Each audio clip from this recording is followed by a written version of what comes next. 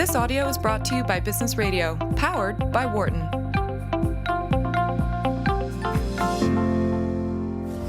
From the campus of the University of Pennsylvania Wharton School, this is In the Workplace on Business Radio, powered by the Wharton School. Here are Professor Peter Cappelli and Dan O'Meara. Hey folks, I'm Peter Cappelli, Professor of Management at the Wharton School. I'm Dan O'Meara, Adjunct Faculty at the Wharton School and a partner at Ogletree Deacons in Philadelphia. It is a great pleasure to welcome back the wet blanket, Thank you. Dan O'Meara, our legal leprechaun, who's been away for a couple of weeks here at the spa. Yes. I must say you're looking very fit. Thank you. Thank you. And tan. Dan and I, as part of our Sirius XM In the Workplace show, we did take a field trip this week to the Starbucks at 18th and Spruce Street Yes. to investigate. Which was the scene of the controversy a couple months ago. Yes, the controversy about who is allowed to use the restroom in Starbucks. And I think we can say that at this point, it looks like virtually everyone is allowed to use the restroom at Starbucks. Not virtually, everyone. Everyone, right. Homeless guy comes in there. Yes, you can use it. Yeah, well, it was true, right? Absolutely true. Anyway, this is In the Workplace show where we talk about things going on at work.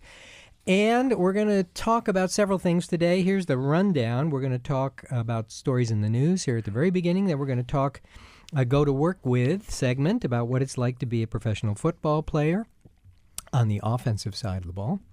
And then we're going to talk about interviewing and what people who are experts at interviewing executives do and how they do it. And then Dan and I are going to talk about the important stories in the universe for the last half hour of the show. So I think we're ready to rock and roll unless I'm missing something. No, we are. I'm getting a thumbs up from the production crew and our interns, Chip and Muffy. They are ready to rock and roll. So let's turn to our opening act. Debbie Bolla, pleasure to have you back with us, Debbie. She is the editorial director and editor-in-chief of HRO Today magazine. Debbie, how you doing? Good. How are you? I thought you guys were talking about the plastic straws at Starbucks when you were saying controversy. Oh, what's the controversy there? Do not know that. Have you heard about how all these organizations are getting rid of plastic straws because they're so unsustainable? Oh, really? Yeah. And You know? plastic straws. Okay. And paper straws are sustainable because they rot, and that's it, right? They can decompose, sure. Decompose, right. Right. That's what you want to think about when you're drinking your coffee, right? Yeah, yeah. And paper ones kind of melt, though, don't they, in hot coffee? No? Well, No. maybe for the ice. Yeah. Oh, there you go. Yeah, we missed that one altogether.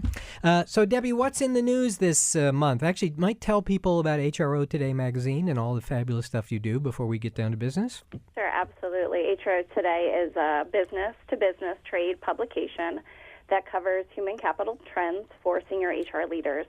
So this issue is September, and we have a special focus on talent. And on our cover, we ask, what's today's talent searching for? And part of that search is a word search on our cover. And there are 10 words that you can search for HR officers to understand what today's talent is looking for when they apply for jobs and stay at jobs. Okay. And so, tell, what do they look for? Some of the key things today's talent is looking for is a really solid culture, the opportunity to work remotely. Okay, can we? Whoa! Can I slow you down and Sure. walk through some of these here? Yeah, First of all, absolutely. when we say talent, who are we talking about here? Dan and me, and who else? What's talent? What's talent? Well, clearly you two, but Yeah. leading workers that they feel are going to bring innovation to their workforce. Okay, and what are leading workers these days? I mean, what do you think when people are talking about, God, we have more talent here? What are they? What jobs are they talking about? What positions? What are they looking for? What's hot? Well, actually, I'm sure you both know that the unemployment rates are at historic lows. Yes. Yeah. So it's a talent-driven market, meaning organizations have to position themselves to be even more attractive than before. Yeah. So that just means candidates aren't looking. There aren't as many candidates. It's almost what they would call fully employed. Okay. So there are openings at jobs, but not many people looking. So here's why I asked the question, and that is some companies, and particularly if you leave the U.S. and you use the word talent, right?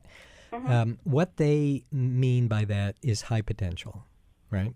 Okay. So, and they actually use it plural. They say, we're interested in our talents. What are our talents going to do? And so they're talking about high potential. But when the U.S. companies are talking about this, and when you folks are talking about it, do you mean pretty much everybody, or who are we talking about here when we say talent? Absolutely. We're looking at candidates that have fit to companies. So Okay. meaning that they bring skills and knowledge, and also, like I mentioned before, culture, a cultural fit, that they understand how the organization operates. And not that they'll just fit in, but they'll exceed expectations. Okay. But when I'm going to drill a little bit more on this, a little painful, like a dentist here as I drill down on this one. How far down the organization org chart are companies worried about this? I mean, are we talking, for sure in the executive suite, they're thinking about this. But if you work your way down, director, probably manager, first-line supervisor, frontline workers, where do you think they're no longer so interested in this? Well, I think the biggest concern is managerial level and up, especially with the change in the generation shift with baby boomers actually starting to retire. Okay. And how millennials are taking over the workforce in terms of percentage. So there'll be a lot of shift once millennials become managers or as they become managers. So I think organizations are building leaders internally, but they're also, seeking potential leaders. Okay. That's a change, because I remember about 10 years ago, and certainly before that, companies, corporations anyway, honestly, they weren't interested in anything below the director level. Yeah. If you were talking about developing our talent below director level, it was a black box. Once you get to that level, they were interested. Below that, they didn't care. But you think it's at the manager level now? They've gone down one level? Okay. I would think so, and it's kind of, you could see two sides of the coin because organizations don't want to lose people. There's been talk about retaining people, but then the other side is that younger workers leave companies quicker than ever before. So maybe. Some organizations are looking to invest in them to get them to stay, but are they going to just leave with those skills to a competitor? Okay. So it's a challenge to know. Okay. Let me pause again, Deb, and ask you one more thing, but let me pull Dan in on this because I think only he and I are old enough to actually draw this conclusion. But does it feel to you, Dan, like this labor market is as tight as it was in the dot-com period? No. Doesn't to me either. It doesn't feel even close. The numbers enough. may say it is. It doesn't feel that tight to me. No, it doesn't. And I think some of that is wages. Nobody's chasing people with signing bonuses yet. And, we're just not seeing the outreach concern by companies. They're not, doing what they started to do. In 1999, 2000, companies like UPS were visiting junior high schools to start talking to people about careers. I mean, no kidding. And it was a good thing. I don't think this is a bad thing, right? But they were really, really reaching out. I don't see anything like that yet. Debbie, what's your bet here? If this stays, you think companies are going to behave differently in half a year? What do you think is going to be different if the things stay this low? Well, I think smart companies will. I think there are certain trends that have been sustaining in terms of what workers want. And I feel like if organizations can provide them, I think they will outpace their competitors. So I do think change is coming. Okay. And you think they get that when you talk to these folks? Certainly the HR people, of course, get this. But when you talk to them, do you get the sense that they think their bosses get this, the CEOs and those folks are getting this? I mean, certainly this requires a lot of buy-in. People don't love change. But once they see the results, I think, change is more acceptable. So I do think the HR folks see it, they understand it, and they're the ones really looking at the numbers. They're the ones who have to deal with placing people and building talent. So they understand what it takes to keep them, but they do need to sell it because it is a different way. Some of these strategies are different than how we've worked before, but things are also different. I want to ask you about what's different here. Do you see companies really starting to spend a lot of money on recruiting now? They're not spending it on wages yet. They're doing different things on recruiting? Yeah, I mean, I think recruiting is a huge focus for organizations. and they expect more from their recruiters. I mean, there's so many different avenues to recruit people with social media, obviously, and they're also expecting more. They need to promote themselves more. Workers today can do their own research on companies, and so they have to be out there, and they have to promote why it's great to work for them. Are they spending more money on this? You're close to the vendors. Are pockets starting to open up, wallets opening up to... I think they have to. Yeah, but are they? Yeah. Are they, though? Not yet? I mean, I can't... I would substantiate that they are. I think that the budget is, they say a workforce budget is mostly spent on their employees, recruiting employees. So I would think so. Yeah, I think that's right. So, Dan, in the law firm world, are you guys spending money to attract young associates, or is it still the base salaries have gone up noticeably, and everybody's going up. And I'll even qualify my answer as the general economy. And I said earlier I didn't see it. Some of my early indicators of economic booms, like no space left in parking lots, 45-minute waits at restaurants that weren't there 10 years ago. Right. But in addition, we're getting more inquiries from clients on creative and thoughtful ways for employee retention, dealing with compensation and other issues, and even for blue-collar positions. Really? That either they're just not paying enough or they're losing good people. And they want some creativity in launching employee retention programs. And when they say creativity, what do they mean? How do we pay without costing a ton of money, or what? Or how do we keep as many people as possible without locking ourselves into big long-term compensation obligations? Okay, so short-term sort of stuff, yeah. And Debbie, in terms of recruiting per se, are you seeing...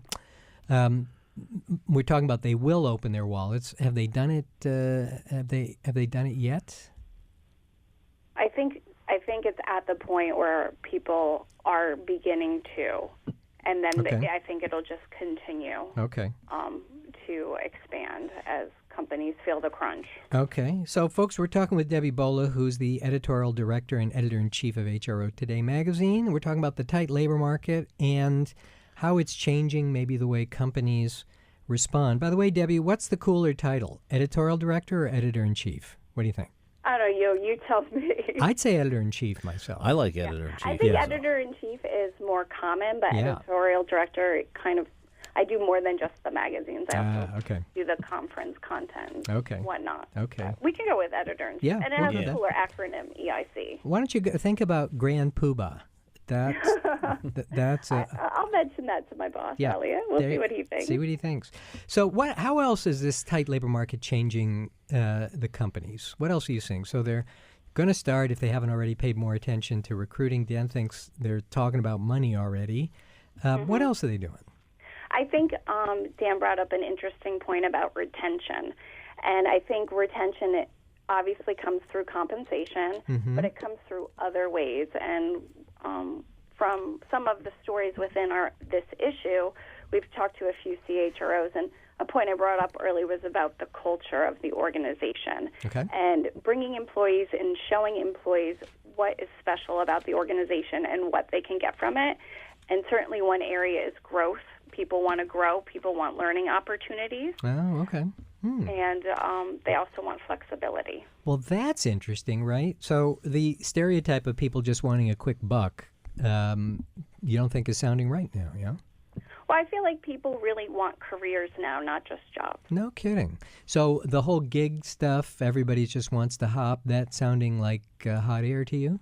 Well, I feel like that's a different segment of the workforce. Okay. A completely different segment. They're growing their careers in different ways and in different approaches, but I wouldn't compare them to full-time workers. And is basically the difference between sort of a gig mentality and this career management mentality, basically the time of reference. It seems to me that people who are interested in career development, they want to make more. They want to make more in the long term. They're just not focused on making the absolute most they can in the next 18 months. They'll make a little less if it's a stepping stone to something bigger. Is that about the way you see it? Yeah, no, I completely agree that people are looking at the big picture.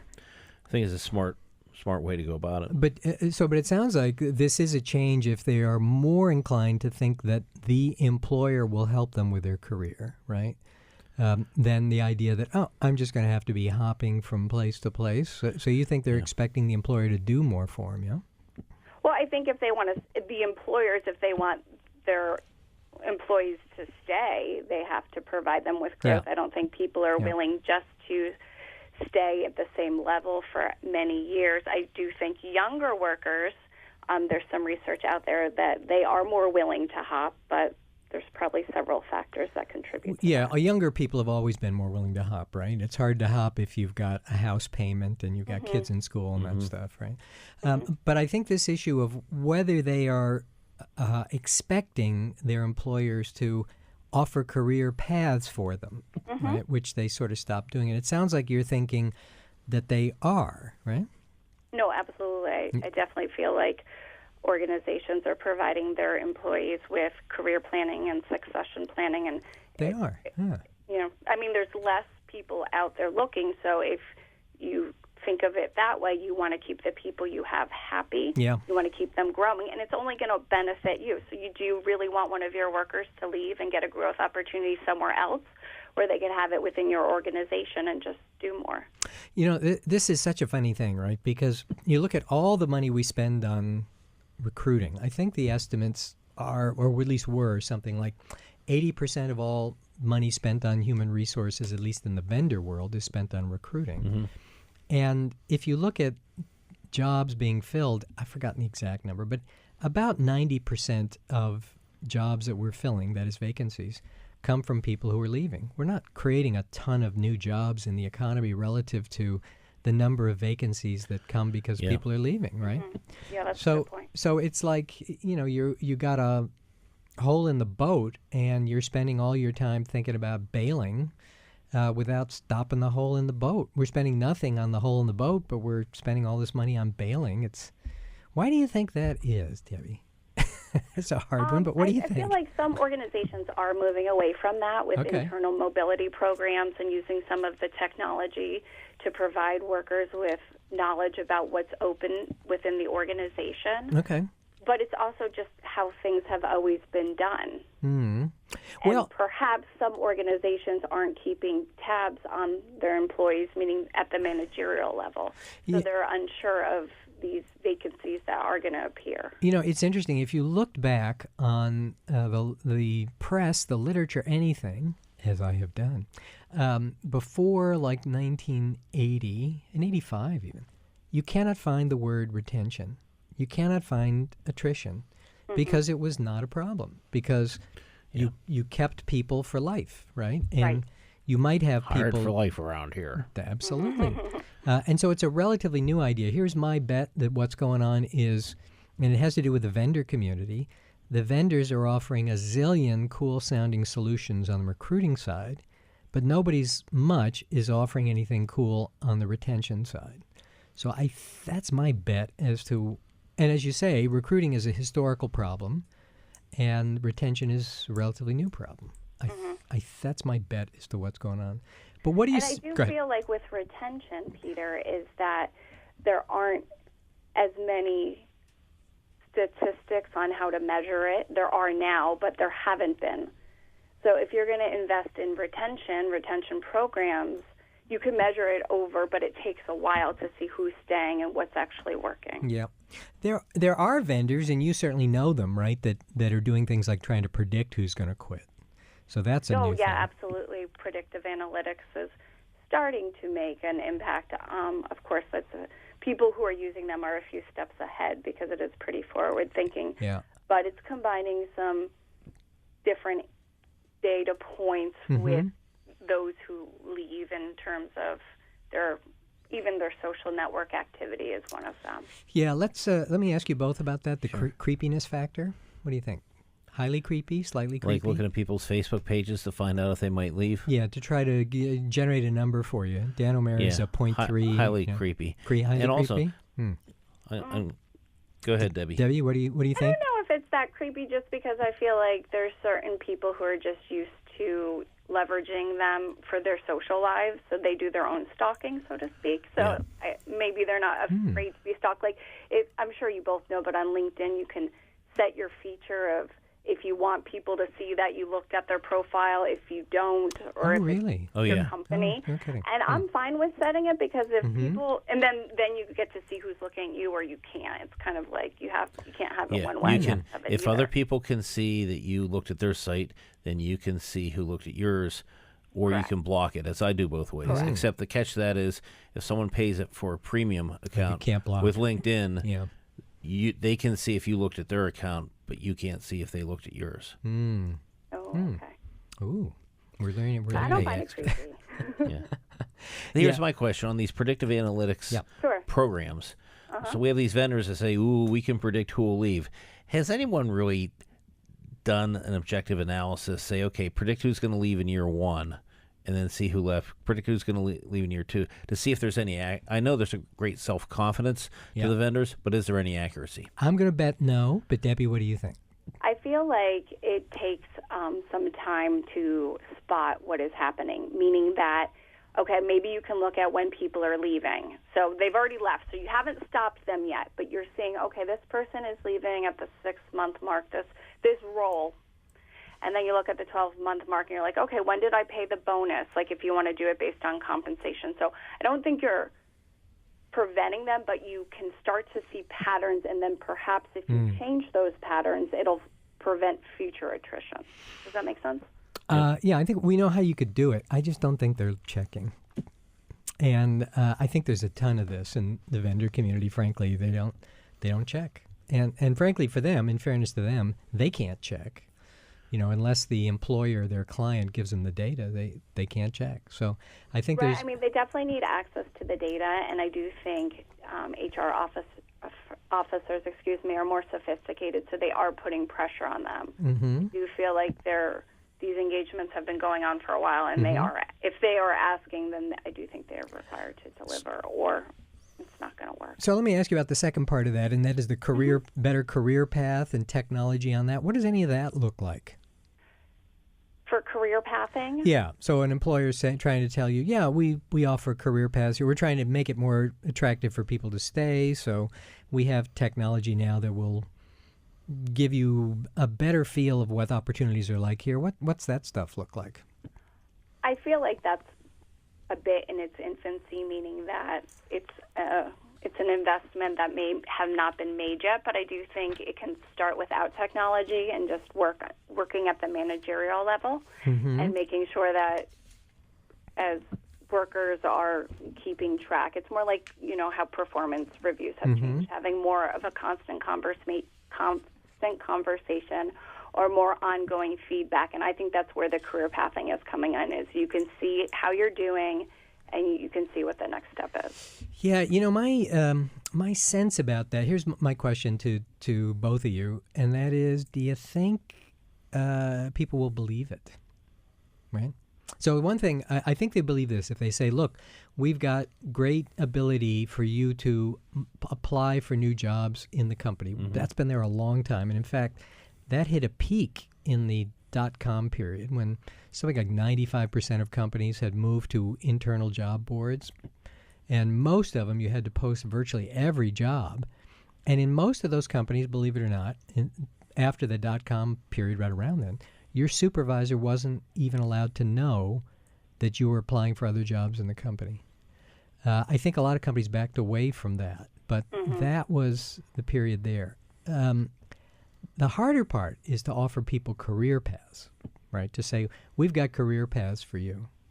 And the career path looks like this. I'm not sure I'd believe them on that, right? But if when you're interviewing a candidate, say one of the good things about someone at this level here is we actually have a formalized career development program with a book, and you'll have to sit down with your advisor at the beginning of the year and the end of the year and go over the checklist of the skills you're supposed to develop. Make sure you get them done. I think that's more impressive than, we'll really look out for you here. A lot of on-the-job training, man. For sure. I think that's right. I do think some organizations today are offering candidates the opportunity to talk to current employees, and then they're kind of what they're called employee ambassadors. so they can get a real sense of what it's like. And I think that type of question would come up. Is this really happening here?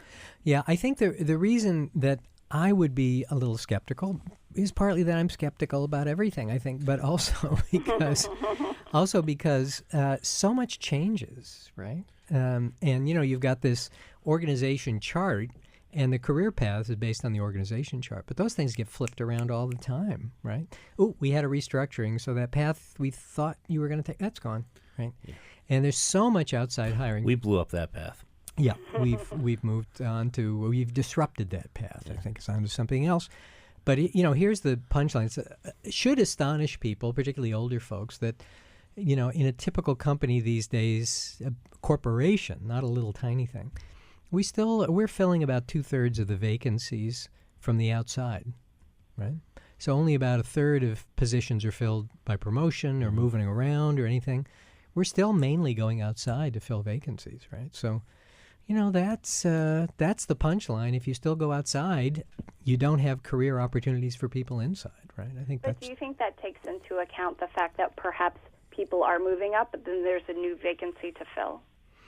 Oh, no, those would be counted as an internal position, right? If you change jobs in the same company, that's an internal move. And if you look at all the moves in a company, all the openings, and you could fill them internally or from outside, we're filling 2/3 from the outside. And it's not the case, consultants to the contrary, that this is because companies are growing. The growth in the economy relative to the size of the economy is pretty trivial. So, in a boom year, we might add, let's say we added 200,000 jobs per month, which is terrific, and that's roughly what we've been doing, right? So at the end of the year, we would have added, 2.4 million jobs, right? Yep. But we got 166 million jobs already, right? So it's, for that to drive all the growth or all the job placement can't be, right? Yeah. Most jobs that are vacant are being filled by people who are filling vacancies. So 2.4 million new jobs in a year sounds great. 66 million new hires per year, right? Wow. And that's mainly churn. That's churn, right? That's mainly churn. So, Deb, what else do you think we're going to see because of this tight labor market? What else are you thinking we're seeing? Anything companies are changing? They getting more perk happy? We're seeing more free food in the cafeterias, coffee free. What are we seeing that's maybe getting more generous? Well, it's funny that you mentioned that because one of our stories is called Culture Over Cool, where organizations are moving away from those real kitschy perks and looking at things that employees really value. So I do think remote work will increase. You think so? Okay. I do. I do feel like a lot of employees excel at working remotely, and they want to work remotely. And against that, that really plays into the work-life balance. Okay. So you think companies are going to get more tolerant of people working at home? Do you think it's going to be more time at home or more people who can work from home? What do you think? I think it's just the opportunity to work remotely perhaps a few days a week, or if you're looking for talent, you're not going to be so stringent on making sure that your talent is coming to the office. Like if you're looking for a highly skilled worker, I think organizations will be more flexible with offering the opportunity to work remotely instead of having to move or relocate. Okay. So you think we're going to see more people staying with their companies rather than relocating with the company? The company will say, fine, stay here. We wanted you to move, but you can't. We don't have to. Don't quit. I don't know. I don't know if organizations, I do think, need to bend towards some of these trends if they want to keep people. I don't know if they're going to, because it is a different way of working. And so there's obviously concerns around remote work, people being less productive, which I think is false, or not having one-on-one contact in the office. Some organizations need to get over it, get over those things, I think. Probably right. Deb, before we let you go, what's on tap for next month, do you know? Next issue is October, and I actually just wrapped up an interview with Kevin Silva. He's the CHRO of Bolla Financial, and he actually talks about their culture. Their culture is one by design, as he says. And when we're talking about retention rates, They boast a 95% retention rate of accelerated talent. So that means okay. that they're top performers. So there'll be a lot of interesting strategies to discuss. How they do that one. Great. Very Interesting. Yeah, very cool. Debbie, thanks very much for being with us. Debbie is the editorial director and editor-in-chief of HRO Today magazine. We're going to take a break here, and we're going to come back with a In the Workplace segment, what it's like to go to work with a National Football League player. Hang in there. We'll be right back. For more guest interviews, check out our Wharton Business Radio Highlights podcast on iTunes and Google Play.